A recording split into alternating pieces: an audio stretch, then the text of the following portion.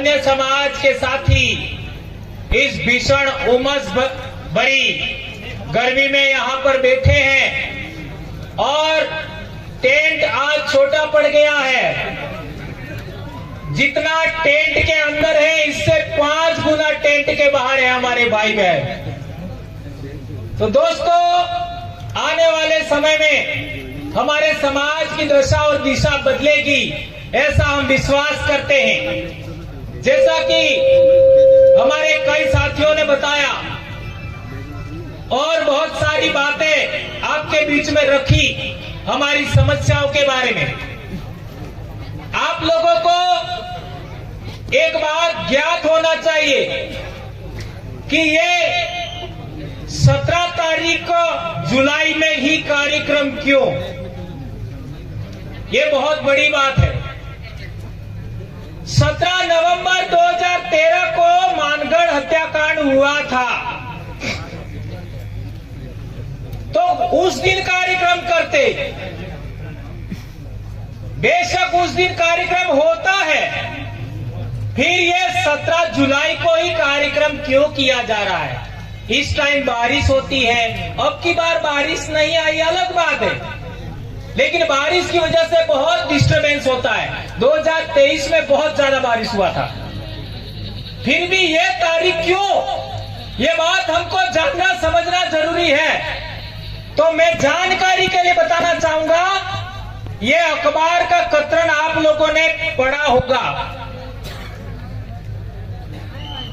नहीं पढ़ा है तो इसको पढ़ लीजिएगा। ये 17 जुलाई 2011 का भास्कर पत्रिका है। कौन सी तारीख?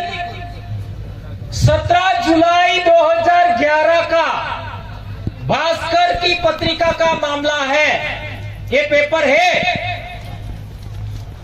और संविधान में हमको 5वीं अनुसूची के तहत अनुच्छेद 244(1) के तहत जो विशेषाधिकार दिया गया, शेड्यूल्ड एरिया बनाया गया, अनुसूचित क्षेत्र बनाया गया, जिसमें हमारे जल जंगल जमीन सहित आरक्षण सहित हमारे विशेषाधिकार है, उसको पूरे इलाके को खत्म करने की योजना ये पेपर में है। आज रतलाम में निवेश क्षेत्र हुआ, ये जो आपका सरवण में जो जमीन छीनने का मामला हुआ, जितने डैम बन रहे हैं, जितने हाईवे बन रहे हैं, एक्सप्रेस वे बन रहे हैं, रेलवे लाइन कूद रही है और आपका खनन का काम हो रहा है, ये सब इसके अंदर लिखा है। हरियाणा से लगा करके बॉम्बे तक ये पूरा, जिसको हम बिल प्रदेश कहते हैं, वो पूरा का पूरा कब्जा करने की योजना थी और है। इस तरीके से देखा जाए तो हजारों साल से हमारे बाप दादे अरावली पर्वतमाला, सातपुड़ा पर्वतमाला, विंध्याचल पर्वतमाला और साबरमती नदी, लूणी नदी, माही नदी, नर्मदा नदी, तापी नदी और गोदावरी के इलाके में हमारे बाप दादा रहते थे, वो पूरा इलाका नियंत्रण में लेने का मामला था। इस वजह से हम लोगों ने इसको समझा और फिर यहाँ का आदिवासी समाज को जागरूक करने के लिए, इकट्ठा करने के लिए, संगठित करने के लिए हम लोगों ने लगातार मेहनत किया और मेहनत करते करते करते हम पहले दूसरे संगठन में थे, वहां पर बात रखा, लेकिन वहां बात नहीं बनी क्योंकि निर्णय करने वाले लोग आदिवासी नहीं थे। तो हमने आदिवासियों के लिए, आदिवासियों के द्वारा और आदिवासी के लिए ही निर्णय करने वाला मंच तैयार किया और वो कोई संगठन नहीं है, उसका नाम है आदिवासी परिवार। आदिवासी परिवार का कोई अध्यक्ष नहीं है, इसलिए कितना भी बड़ा आदमी होगा वो जाजम पर बैठेगा, मंच पर कभी नहीं बैठेगा और उसके तहत ये कार्यक्रम आज हो रहा है। एक बात और कहना चाहूंगा कि हमारे आदिवासी इलाके के अंदर आप लोगों ने देखा होगा, सुना होगा, समझा होगा, हमारी बोली में एक कहावत है क्या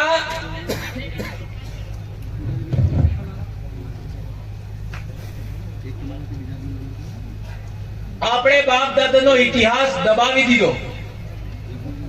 એમ આપણે બાપ દાદા કંઈક ને કંઈક આપણે બાપ દાદાનો ઇતિહાસ દબાવી દીધો, पर कौन सा इतिहास दबाया ये हमारे बाप दादे जानते नहीं थे। ये बात कहते थे। इसके साथ एक और बात कहते थे हमारे बाप दादे, वीर आदु आज थकी आणि धरती ना धूल मूल ना धनी है। धनी का मतलब मालिक। ये हमारे अनपढ़ बाप दादा ये बोलते थे। और एक इंपॉर्टेंट बात है, कोई तो कमी रही होगी हमारी, जिसकी वजह से लगातार हम सिमटते सिमटते आज पहाड़ों में आए हैं। और पहाड़ों से भी निकालने का, जंगलों से भी निकालने का षड्यंत्र चल रहा है। तो वो कमियों को पूरा करते हुए, उन कमियों को खारिज करते हुए, नकारते हुए हम लोगों ने ये मंच बनाया है। इसलिए यदि आप आदिवासी परिवार की व्यवस्था को मानते हो तो मानगढ़ आइए। ये बात ध्यान रखिए, इस कार्यक्रम की बात कर रहा हूं।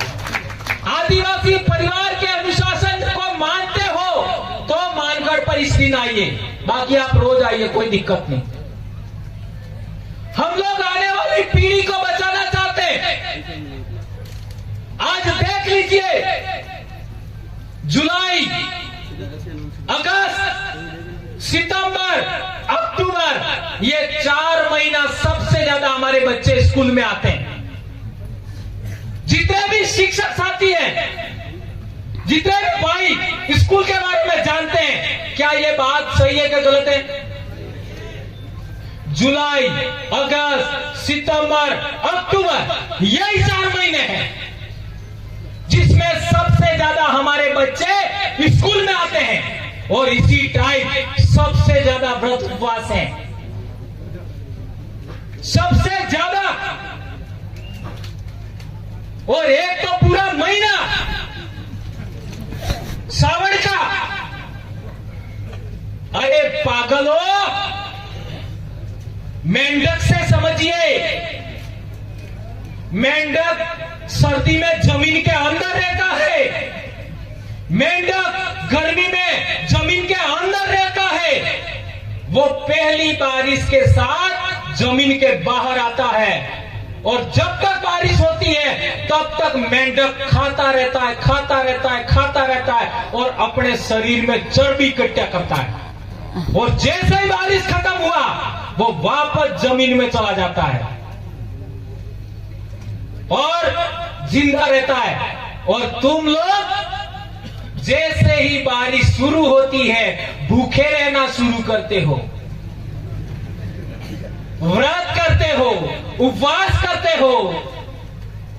अरे सभी जीवों को, एक कीड़े को भी, एक तितली को भी बारिश में सबसे अच्छा भोजन मिलता है। छोटे से छोटे जीव को बारिश के सीजन में सबसे अच्छा भोजन मिलता है। और जब सबसे अच्छा भोजन मिलता है तब तुम भूखे रहते हो। यह तुम्हारे दिमाग में यह बीमारी किसने घुसेड़ी? इसलिए मानगढ़ आते हो, आदिवासी परिवार की व्यवस्था को मानते हो, आदिवासी परिवार के अनुशासन को मानते हो, तो पहला काम करिए, दिन को दारू कभी नहीं पिएंगे।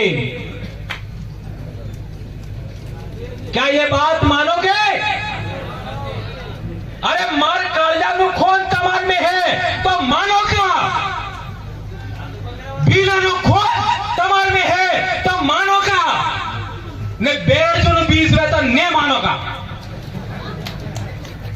हाथ ऊंचा करके बताइए, दिन को दारू पियोगे कि नहीं पियोगे? आज के बाद कभी नहीं पियोगे दिन को दारू।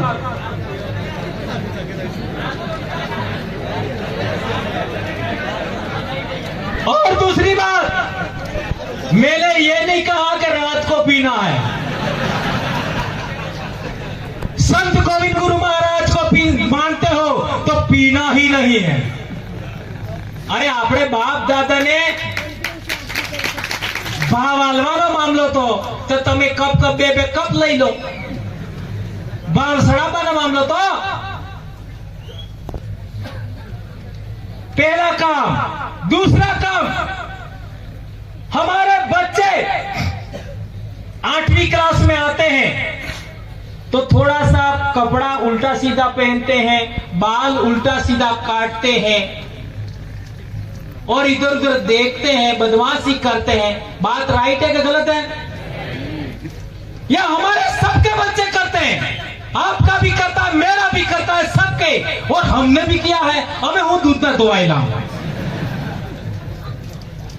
यह प्रकृति का नियम है, सब करते हैं 8वीं क्लास में. और हम क्या करते हैं? 8वीं क्लास बाद बच्चे को गुजरात जाने का इजाजत दे देते हैं.